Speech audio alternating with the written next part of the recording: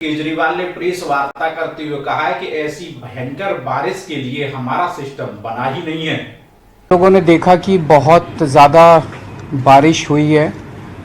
केवल दिल्ली में नहीं, पूरे नॉर्दर्न इंडिया में बहुत ज़्यादा बारिश हुई है। अनप्रेसिडेंटेड रेन, कहीं पे बता रहे हैं 40 साल में पहली बार इतनी, कहीं 50 साल में पहली बार इतनी बारिश हुई है। हिमाचल प्रदेश में, हरियाणा में, उत्तर प्रदेश में, चंडीगढ़ में, पंजाब में, आसपास के चारों तरफ से एरियाज़ में से खबरें आ रही हैं और ज़ाहिर तौर पे लोग काफ़ी परेशान हैं। और ये एक ऐसा मौका है जिसमें हम सबको मिलके एक दूसरे की मदद करनी है। ये मौका फिंगर पॉइंटिंग का नहीं है कि इसने ऐसे क्यों नहीं किया, उसने ऐसे क्यों नहीं किया। मैं समझता हूँ कि पूरे नॉर्दर्न इंडिया में जहाँ जो प्रभावित इलाके हैं, वहाँ की सभी सरकारें अपनी अपने तरीके से लोगों को राहत पहुँचाने के लिए काम कर रही हैं। और हम सबको मिलके, सरकारों को और लोगों को मिलके और सभी पार्टियों को मिलके इसके ऊपर लोगों को राहत पहुँचाने की ज़रूरत है। मैं पिछले कुछ दिनों में दिल्ली में भी जो हालात बने हैं उसके ऊपर मैं अभी डिटेल में चर्चा करूँगा, लेकिन पिछले कुछ दिनों में जिस तरह से हमारे सभी ऑफिसर्स, एमएलएज, सभी पार्टियों के, मैं किसी एक पार्टी का नहीं, वो सभी एमएलए, सभी काउंसलर्स, सभी मेयर, मंत्री, सब जो ज़मीन पे उतर के लोगों की मदद कर रहे हैं, उन सब लोगों को मैं शुक्रिया अदा करना चाहता हूं कि उन्होंने मैं कई ऑफिसर्स को मैं जानता हूं जिन्होंने रात भर 24 घंटे काम किया है। लेकिन जितनी बड़ी समस्या है उसको देखते हुए, चाहे जितने मर्जी एफर्ट्स किए जाएं, all efforts are proving less, वो सब कम साबित हो रहे हैं कि जितने भी हम एफर्ट्स अभी करते जा रहे हैं। अब थोड़ा सा सिचुएशन के ऊपर मैं एक बैकग्राउंड बता देता हूं कि 8 और 9 जुलाई के जो 24 घंटे थे,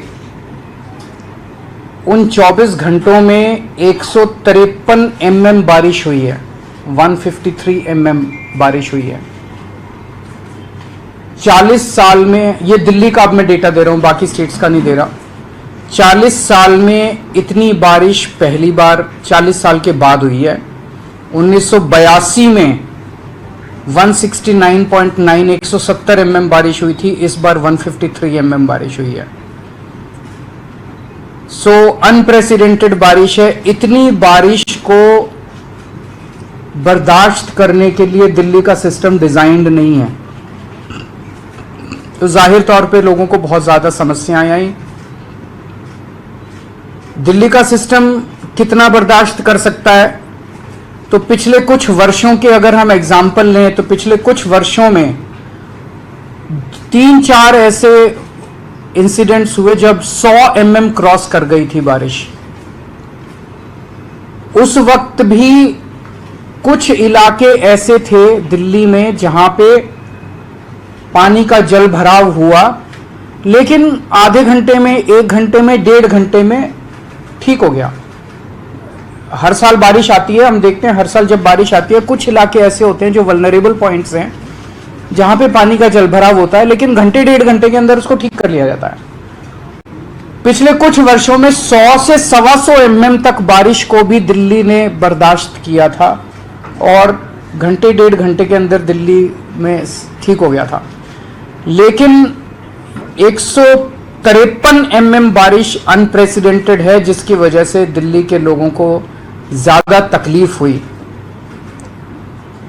अब एक प्रश्न पूछा जा रहा है जिसका कि क्या दिल्ली में बाढ़ का खतरा है। इसको 2 फैक्टर्स से देखना पड़ता है। एक तो ये कि दिल्ली के अपने अंदर कितनी बारिश हो रही है, और दूसरा दिल्ली में बाढ़ का खतरा जो है वो केवल दिल्ली की अपनी बारिश पे कम डिपेंडेंट है।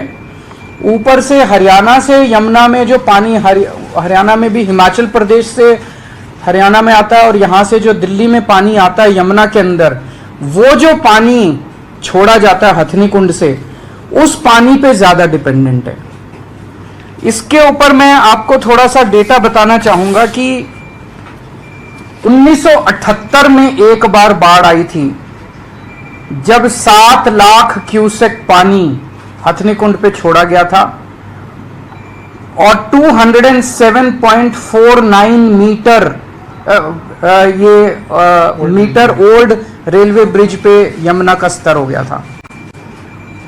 ये 1978 में होता, लेकिन उसके बाद हमने यमुना पे बंद बना दिए, कई सारे स्टेप्स उठाए गए। 2013 में 8 लाख क्यूसेक पानी छोड़ा गया, 207.32 mm तक यमुना पहुंची, मीटर तक यमुना का लेवल पहुंचा, लेकिन बाढ़ नहीं आई 2013 में।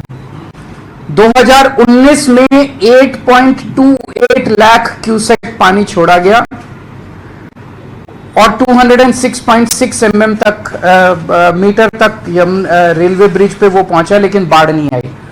तो अभी कल सुबह 45,000 क्यूसेक पानी यमुना में छोड़ा, कल रात को 3 लाख क्यूसेक पानी छोड़ा, उसके बाद कम होना चालू हो गया। आज सुबह से 2.5 लाख क्यूसेक पानी छोड़ा गया है। CWC के लगातार हम टच में हैं, सेंट्रल वाटर कमीशन के, और कहा जाता है कि उनकी जो प्रेडिक्शन है वो रीजनेबली एक्यूरेट, हमारे दिल्ली के सरकार के जो एक्सपर्ट्स हैं वो बता रहे हैं वो रीजनेबली एक्यूरेट मानी जाती है। CWC के हिसाब से अभी इस वक्त दिल्ली में 203.58 मीटर तक हमारा लेवल पहुंचा है यमुना का, कल सुबह 205.5 मीटर तक पहुंचेगा। और जो वेदर की प्रेडिक्शंस अगले कुछ दिनों की हैं, उसके हिसाब से यमुना का स्तर बहुत ज्यादा बढ़ने की उम्मीद अभी फिलहाल नहीं है। तो फ्लड की सिचुएशन आएगी ऐसा लगता नहीं है, according to the predictions made by the experts. पर फिर भी अगर कुछ ऐसा होता है तो हम उसके लिए तैयार हैं। वेदर फोरकास्ट के ऊपर भी नजर है, वहां से जो पानी छूट रहा है उसके ऊपर भी हम लोगों की नजर है। 206 मीटर अगर क्रॉस करेगा तो हम इवैक्यूएशन चालू कर देंगे। इवैक्यूएशन भी जो बिल्कुल यमुना के तट के ऊपर आसपास लोग रह रहे हैं, झुग्गी बस्तियों के, ऐसे 41,000 लोगों को आइडेंटिफाई किया गया है। उनके लिए रिलीफ कैंप्स बना लिए गए हैं। अगर ज़रूरत पड़ेगी तो उनको वहाँ पे शिफ्ट करके उनको रिहैबिलिटेशन कैंप्स में हम लोग ले जाएंगे। जहाँ तक अभी तैयारियों का सवाल है, PWD के 680 पंप परमानेंटली पानी को सक करके जहाँ जहाँ वल्नरेबल पॉइंट्स हैं वो काम कर रहे हैं। 326 टेम्पोररी पंप्स और लगा दिए गए हैं 680 के अलावा, और 100 मोबाइल पंप्स जो एक जगह से दूसरी जगह घूम घूम के कर सकते हैं। एक और निर्णय लिया गया कि कई जगह हो सकता है कि सड़कों के ऊपर पॉटहोल हो गए हों। अभी बारिश हो रही है, अभी उन पॉटहोल्स को रिपेयर नहीं कर सकते क्योंकि वो फिर टूट जाएगा, लेकिन उन्हें पत्थर तो भर सकते हैं ताकि वहां पे कोई एक्सीडेंट ना हो। अगर पॉटहोल हो गया और उसके अंदर पानी भरा पड़ा है तो हो सकता है मोटरसाइकिल या उसको दिखेगा ही नहीं और वो वहां पे एक्सीडेंट हो जाएगा। सो टेम्पररी बेसिस पे ये ऑर्डर दिया गया है कि दिल्ली की MCD की या PWD की जो भी सड़कें हैं, कोशिश करके सारे पॉटहोल्स के अंदर पत्थर भर के उसको एक बारी वो कर दिया जाए ताकि कोई एक्सीडेंट ना हो। बेलमाउथ जितने हैं, जितने इनके ड्रेन्स के, वो इसकी वजह से कई जगह जो है वो वहां पे पन्नी आके वो बंद कर देती है, उसको कहीं कूड़ा कर देता है। वहां पे ड्यूटी स्पेशली लगाई गई है कर्मचारियों की कि वो लगातार उसको साफ करते रहें ताकि बेलमाउथ अगर नालों के खुले रहेंगे तो उसमें पानी की आवाजाही जारी रहेगी। जितनी कंस्ट्रक्शन साइट्स थी, कई जगह कंस्ट्रक्शन साइट्स के ऊपर टेम्पररी बेसिस पे नाली को बंद कर देते हैं, नालों को बंद कर देते हैं, वो सारे अभी खोलने के आदेश जारी किए जा रहे हैं कि उनको सबको बारिश के अंदर खोल दिया जाए। अभी फिलहाल कंस्ट्रक्शन का काम रोक दिया जाए। कई जगह आप देखते हो कि बारिश आई, साइड में पानी भर गया और ट्रैफिक जैम लग गया, और ट्रैफिक जैम लगने से आदमी देखता है थोड़ी देर इकट्ठा होता है, फिर वहीं से यू टर्न ले लेता है। 4 गाड़ियों ने यू टर्न लिया और फिर उसके बाद वहां पे जैम लग जाता है बुरी तरह से।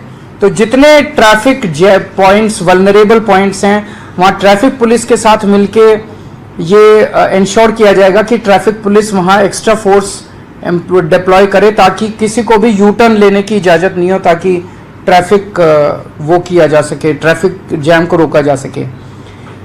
ये देखा गया कि इस बार, ये किसी को दोष देने की बात नहीं है, लेकिन पहली बार ऐसा हुआ है कि इतनी बारिश की वजह से एनडीएमसी जो कि वीवीआईपी एरिया माना जाता है, वहां बहुत जबरदस्त वाटर लॉगिंग हुई है कई इलाकों के अंदर। तो एनडीएमसी को कहा गया है कि इसको स्टडी करके और स्पेशल प्लान बनाया जाए ताकि इस किस्म की दोबारा शिकायतें ना मिलें। और पूरी दिल्ली में 3 ऐसी लोकेशंस थी जहां पे रोड एकदम से केव इन हो गई, वो बिल्कुल धंस गई रोड एकदम से, और बहुत बड़ा एक गड्ढा क्रेटर टाइप बन गया। उसका जांच के आदेश दिए गए हैं। उसके कई सारे कारण हो सकते हैं, क्वालिटी ऑफ रोड भी हो सकता है, और नीचे अचानक उतना पोर्शन क्यों धंसा, ऐसा भी हो सकता है कि नीचे पानी की कोई पाइपलाइन जा रही थी जो फट गई और उसकी वजह से सारी की सारी मिट्टी जो है वो एकदम से धंस गई। तो उसके जांच के आदेश दिए गए हैं। ये कुछ एक आपके सामने मैंने पॉइंट्स रखे, अगर आपके कोई प्रश्न है तो आप। मथुरा